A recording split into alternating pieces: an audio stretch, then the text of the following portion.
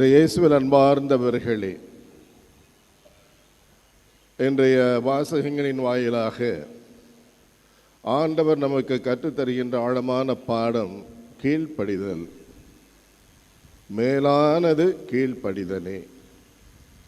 தந்தையாம் இறைவன் தன்னுடைய ஞானத்திலே மானிட சமுதாயத்தை படைப்பனைத்தையும் மீட்க வேண்டும் என்று விரும்புகிறார். நம் மீது கொண்ட அன்பினாலே அத்தகையதொரு திட்டத்தை நித்தியத்திலே அவர் தீட்டுகின்றார். அவ்வாறு தீட்டுகின்ற பொழுது இதை எனக்கு நிறைவேற்றி கொடுப்பவர் யார் என்ற வினாவை எழுப்புகின்றார். அப்பொழுது இரண்டாம் ஆளாகிய சுதனாகிய சர்வேஸ்வரன் வார்த்தையானவர் இதோ வருகிறேன் என்று வருகிறார். கடவுள் மனிதனாக பிறக்க வேண்டும். மனித மாண்பு முற்றிலும் அற்றவராக மாற வேண்டும். புனிதராக இருந்தாலும் ஒரு பாவி எந்த விதத்திலே துன்புறுகின்றானோ அவன் பாவங்களுக்காக, அதுவும் உலகின் பாவங்களுக்காக படைப்பனைத்தையும் உயிர்த்தெழ செய்வதற்காக தன் உயிரை கொடுக்க வேண்டும். அதுதான் இறை நீதியின் முன்னிலையிலே ஏற்றுக்கொள்ளப்படக்கூடிய ஒரு அணுகுமுறை. எனவே அதை நிறைவேற்ற யார் வருவார் என்று கேட்க இதோ வருகிறேன் என்று ஆண்டவர் இயேசு வார்த்தையானவர் பதில் இருக்கின்றார். வார்த்தை மனிதரானார், நம்முடைய குடை கொண்டார். அதையெல்லாம் நமக்கு நன்றாகவே இந்த விவிலியம் கற்றுத்தருகிறது. என்ன பாடம்? கீழ்ப்படிதல். இறைவன் இறைவனுக்கே கீழ்ப்படிகின்றவராக இருக்கின்றார். நாம் நமக்கே கீழ்ப்படுகின்றவர்களாக இருக்க வேண்டும். இருக்கிறோமா? கீழ்ப்படிதலே மேலானது, மேலானது கீழ்ப்படிதலே என்ற பாடத்தை நாம் கற்றுக்கொள்கிறோம் இன்றைய நாளிலே. அன்னை மரியாவை எடுத்துக்கொள்ளுங்கள். 8 வயதாவதற்கு முன்னதாகவே பெற்றோரை இழந்து விட்டார். அனாதை, தாயும் தந்தையும் இல்லாத அனாதை மாதா. மாதான்னு புகழ்றோமா? மாதாவுடைய நிலைமை என்ன, ஸ்டேட்டஸ் என்ன? அனாதை. அன்னமாலும் சுவர்க்கினும் இறந்து விட்டார்கள். ஆலயத்திலே காணிக்கையாக ஒப்பு கொடுத்து விட்டார்கள். மலடியாக இருந்த அந்த அன்னமனுக்கு அந்த குழந்தை பாக்கியம் கிடைத்து விட்டது. அந்த மன நிறைவிலேயே கணவன் மனைவி இருவரும் தங்களையே இறைவனது பாதத்திலே சமர்ப்பித்து விட்டார்கள். எஞ்சி இருப்பவரோ மரியா காணிக்கையாக ஆலயத்திலும் கொடுத்து விட்டார்கள். ஏனென்றால் அது வேண்டுதல் குழந்தை, ஆண்டவருக்கே சொந்தம் என்று விட்டு விட்டார்கள். அனாதை மாதா. இதை நான் சிந்திப்பதே கிடையாது. இயேசுவை சுமந்து கொண்டிருக்கின்ற பொழுது அந்த வானதூதருடைய அருள்வாக்கை ஏற்று சம்மதத்தை தெரிவித்த பிறகு அந்த கீழ்ப்படிதல் என்ற புண்ணியத்தை முழுமையாக தன் இதயத்தின் ஆழத்திலே நிலைநாட்டி கொண்ட பிறகு அவர் பெத்லகேமுக்கு செல்லுகின்ற பொழுது, அங்கிருந்து எகிப்து நோக்கி ஓடுகின்ற பொழுது அகதி, அனாதை. இப்பொழுது அனாதையும் அகதியுமாக மாறிவிட்டார். உரிமை இல்லாத ஒரு இடத்திலே போய் உரிமையற்றவராக அடிமையை போல இருக்கின்றார். அகதி. அகதிகளுக்கு மரியாதை கிடையாது. புகுந்த இடத்திலே, வாழும் இடத்திலே மரியாதை. வாழும் இடத்தை கடந்து சென்று வேறு இடத்திலே இருந்தால் அந்த இடத்திலே அவன் அகதிதான், அதோ கதிதான். அதான் அகதி. அப்படிப்பட்ட அதோ கதிக்கு ஆளானவர் மரியா. இப்படிப்பட்ட நிகழ்வுகள் எல்லாம் தன் வாழ்க்கையில் வரும் என்று அந்த வானதூதர் அவருக்கு எடுத்துரைத்த பொழுது தயங்கினாலும் தூய ஆவியானவரால் அவர் உறுதிப்படுத்தப்பட்டார். எனவே இதோ உமது அடிமை, உம்முடைய வார்த்தையின்படி எனக்கு ஆகட்டும் என்று தன்னையே நிபந்தனையற்ற முறையிலே சரணாகதி ஆக்கிக் கொண்டார். இறுதி வரையிலும் அதிலே நின்றிருந்தார். கடவுளால் ஆகாதது ஒன்றுமில்லை. இது நம் கண்களுக்கு வியப்பே என்று விவிலியத்திலே படிக்கின்றோமே. அன்னையினுடைய வாழ்க்கை வியப்பாக இருக்கின்றது.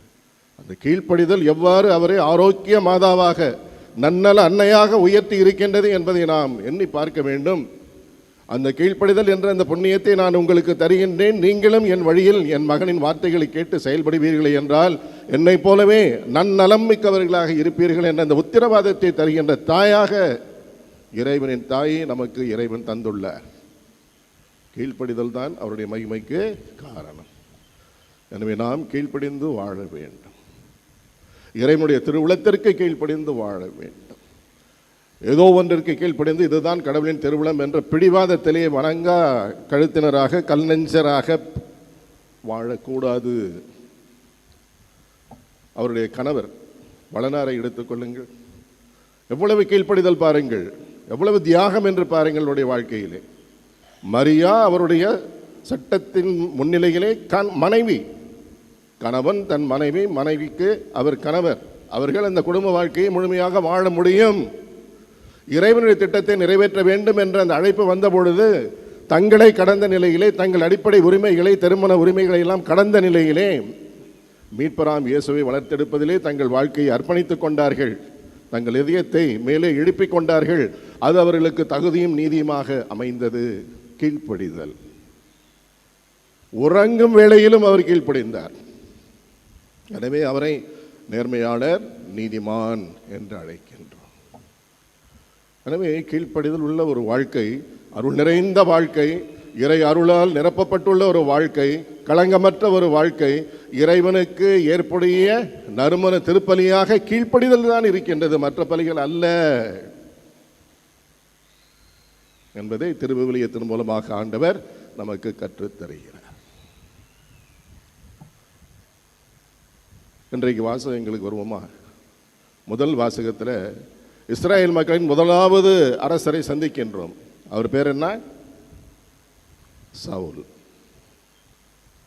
சாமுவேல் அவரை அபிஷேகம் செய்து, நீ தான்ப்பா கடவுள் சொல்லிட்டாரு, ஒழுங்கு ஆட்சி செய்.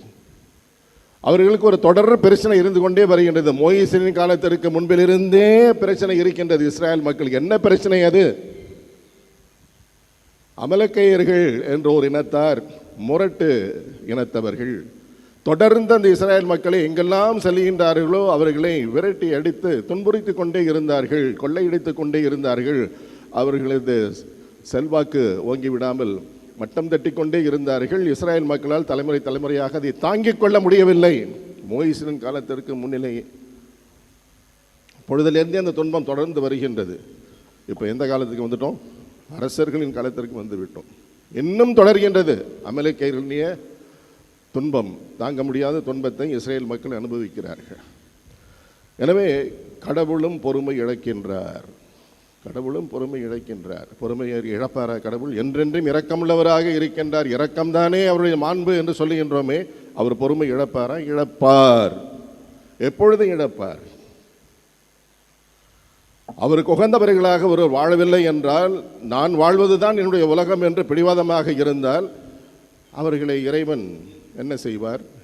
அன்பு செய்ய முடியாத ஒரு நிலையிலே இறைவன் தன்னைத்தானே தள்ளி கொண்டவராக இருக்கின்றார்.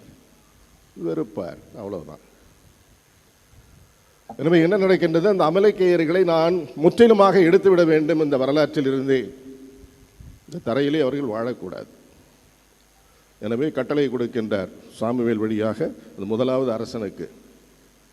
அரசன் வேண்டும் என்று என் மக்கள் கேட்டிருக்கின்றார்கள். உன்னை நான் நியமித்திருக்கின்றேன். இந்த அமலேக்கியர்களுடைய தொல்லை தாங்க முடியாமல் இருக்கின்றது.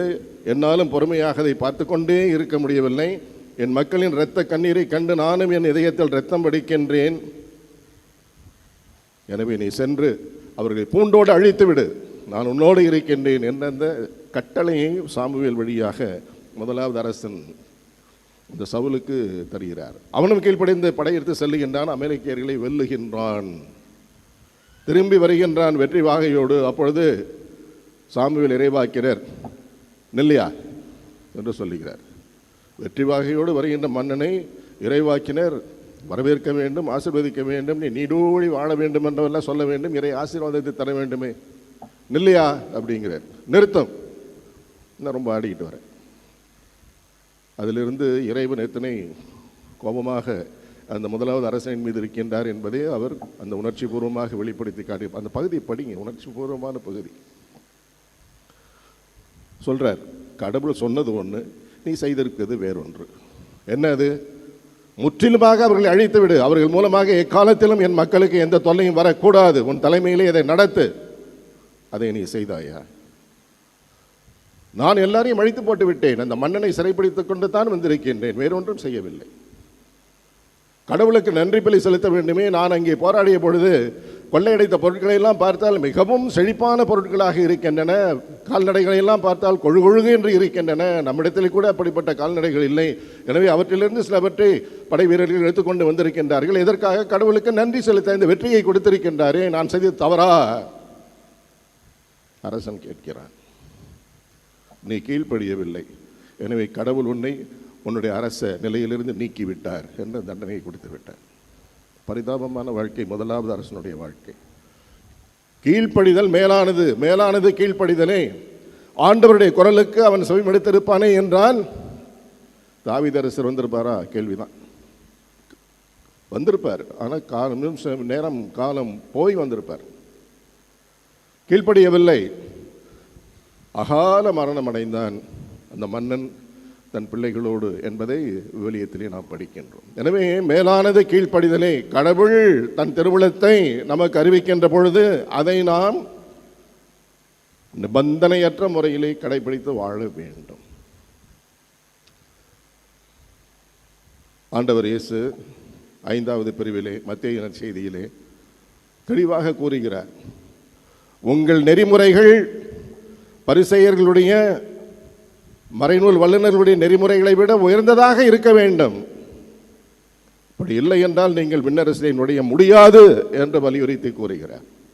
6 உதாரணங்களை கொடுக்கின்றார். அந்த 5வது பிரிவு வீட்டில் போய் வீட்டு பாடம் உங்களுக்கு இன்னைக்கு போய் படிங்க, அதை இங்கே சொல்ல முடியாது, டைம் இல்லை. எப்படி முற்காலத்திலே உரைக்கப்பட்டவைகளிலிருந்து ஆண்டவருடைய போதனை ஆழமானதாக இருக்கின்றது, உயிரோட்டம் நிறைந்ததாக இருக்கின்றது, தவிர்க்க முடியாததாக இருக்கின்றது, இறை ஆட்சியின் இலக்கணங்களாக இருக்கின்றன என்பதை அதை படித்து பார்த்தால் நம்மால் புரிந்து கொள்ள முடியும். அது வீட்டில் போய் படிங்க இன்னைக்கு, அதான் உங்களுக்கு ஹோம்ஒர்க். மத்தேயு எழுதிய நற்செய்தி 5வது பிரிவு. ஒரு உதாரணம் மட்டும் சொல்கிறேன். கொலை செய்யாதிருப்பாயாக என்று உங்கள் மூதாதையர்களுக்கு சொல்லப்பட்டிருப்பதை நீங்கள் கேட்டிருக்கின்றீர்கள் அல்லவா? ஆனால் நான் உங்களுக்கு சொல்லுகின்றேன், சினம் கொள்கின்றவன் எரி நரகத்திற்கு உள்ளாவான். கொலை செய்யாது என்றால் அதற்கு உள்ளே இருக்கின்ற அதனுடைய ஆன்மா என்ன, உயிர் என்ன? ஆத்திரம், கோபம். அதை அடக்கு, அதை அடக்கி எனக்கு கீழ்ப்படிதல் உள்ளவனாக இருப்பாயே என்றால் இந்த கொலை அங்கே நடக்காது. வெறுமனே கொலை செய்யாது என்று சொல்வதனால் என்ன பயன்? அதனுடைய ஆன்மா என்ன? நீ சினம் கொள்ளக்கூடாது. உன்னுடைய நெறி முற்காலத்தவர்களுக்கு சொல்லப்பட்டு கடைபிடிக்கப்பட்டு வந்த அந்த நெறியை விட உயர்ந்ததாக இருக்க வேண்டும். அப்பொழுது நீ என் சீடன், என் இறையாட்சியிலே உரிமை பேறு பெற்ற மகனாக இந்த மண்ணிலேயே இருக்கின்றாய் என்று ஆண்டவர் இயேசு கூறுகிறார். உன் சகோதரனை முட்டாள் என்று சொல்லாதே, உன் சகோதரனை அறிவிலேயே என்று சொல்லாதே, எரி நரகத்திற்கு ஆளாவாய். இந்த கோபத்திலிருந்து வருகின்ற வினைகளை அவர் சுட்டி காட்டுகின்றார். அதுதான் இயேசு கற்றுத்தருகின்ற புரட்சி, புதிய போதனை. 6 புதிய போதனைகளை வரிசையாக போதிக்கின்றார். இந்த மலை பிரசங்கத்தில் போய் படிங்க. அதை கடைபிடிக்கின்றோமா? யாரை பார்த்தாலும் கோபம் வருது, கோபம் வருது, கோபம் வருது, சண்டை போட்டுக்கிட்டே இருக்கேன், திட்டிக்கிட்டே இருக்கேன், மனசில் எரிஞ்சிக்கிட்டே இருக்கிறேன், சபிக்கிறேன். வெளியில் செல்ல முடியலனாலும் மனசுக்குள்ளாரே வெந்து நொந்து பழி கூறிக்கொண்டே இருக்கேன். அடுத்தவர்கள்ட்ட போய் சொல்லிகிட்டே இருக்கேன். குடும்ப செய்திகளை வெளியிலே சொல்லி என் குடும்பத்தை நானே நாசமாக்கி கொள்கின்றேன். மல்லாக்கப்படுத்திட்டு காரியத்தை போனாக்கா அது மேலே போகுமாங்க? ஆண்டவர் தருகின்ற இந்த புரட்சியான சிந்தனைகளை நாம் சிந்தித்து பார்க்க வேண்டும். அந்த 6 உதாரணங்கள் அழகாக மலை போதனைகளை கொடுத்திருக்கின்றார், படிங்க. இப்போ நம்ம நற்செய்திக்கு வருவோம். ஆண்டவர் இயேசுவிட்ட ஒரு சிலர் வராங்க, பரிசேயர்கள் வரல, மறைநூல் வல்லுநர்கள் வரல. உங்களை போல மக்களில் ஒரு சிலர் வந்து ஆண்டவர்கிட்ட கேட்குறாங்க, சீடர்கள்ட்டையும் கேட்குறாங்க. என்னப்பா அருளப்பருடைய சீடர்கள், பரிசேயர்கள், சதுசேயர்கள்லாம் நோன்பு இருக்கிறார்களே, ஆண்டவருடைய சீடர்களாக நீங்கள் இருக்கின்றீர்கள், நீங்கள் ஏன் நோன்பு இருப்பதில்லை?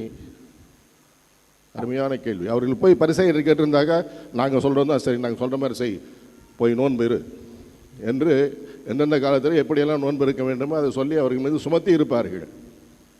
ஆனால் ஆண்டவர் இயேசு அவர்களுக்கு ஒரு உதாரணத்தை தருகின்றார். மணவாளன் இருக்கின்றார், மணப்பெண் இருக்கின்றார், திருமண ஒப்பந்தம் ஆகிவிட்டது. யூதேய கலாச்சாரத்திலே திருமணம் ஒப்பந்தம் ஆகி இந்த திருமணம் நிறைவேற்ற உடனே தேனிலவுக்கு போக மாட்டார்கள். ஒரு வாரம் ஆட்டம் பாட்டம் கும்மாளம் கொண்டாட்டம் தான், ஒரே மகிழ்ந்திருக்கும். அந்த நேரத்தில் போயிட்டு அவங்கள பார்த்து நோன்புன்னு சொன்னாக்க யாராவது இருப்பாங்களாப்பா? இயேசு கேட்குறார். மகிழ்ச்சியாக இருக்க வேண்டிய நேரத்திலே மகிழ்ச்சியாக இருக்க வேண்டும். அந்த மகிழ்ச்சியான நேரத்திலே இதோ இந்த நேரத்தில் நோன்பு இருக்க வேண்டும், நோன்பு என்று சொன்னால் அதனால் என்ன அர்த்தம்? மகிழ்ச்சியான நேரம், மகிழ்ச்சியான நேரம், அது நிலையான நேரம், தொடர்கின்ற நேரம், என்றும் இருக்கின்ற நேரம், அழியா நிலையை கொண்டுள்ள நேரம், அதை அனுசரிக்க வேண்டும். ஓசையா இறைவாக்கினரிலிருந்து இந்த உதாரணம் வருது. மணமகன், மணமகள். மணமகன் யாரு? கடவுள்.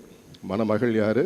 உடன்படிக்கையின் மூலமாக இணைக்கப்பட்டிருக்கின்ற இறை மக்கள். விருந்தினர்கள் யாரு? இன்னும் அந்த இயேசுவை முழுமையாக ஏற்றுக்கொள்ளாமல் இருக்கின்ற அவர்களும் அழைக்கப்பட்டவர்களாக இருக்கின்றார்கள். எல்லாரும் வந்து கொண்டாடி கொண்டிருக்கின்ற பொழுது அவர்களால் எப்படி நோன்பு இருக்க முடியும்? அவ்வாறு சொல்வதன் மூலமாக ஆண்டவர் இயேசு நான் தான் அந்த கடவுள் என்று சொல்லுகின்றார். கடவுள் நிலைக்கு தன்னை உயர்த்துகின்றார். நானே கடவுள் என்றும் சொல்லுகின்றார். நான் கடவுள்தான், உன் பாவங்களை மன்னிக்கின்றேனே. திமிர்வாதம் பிடிச்சவன் என்ன செஞ்சார் கடவுள்? மாடியை உடைச்சிக்கிட்டு வராங்க, கயிறை கட்டி கீழே இறக்குறான்.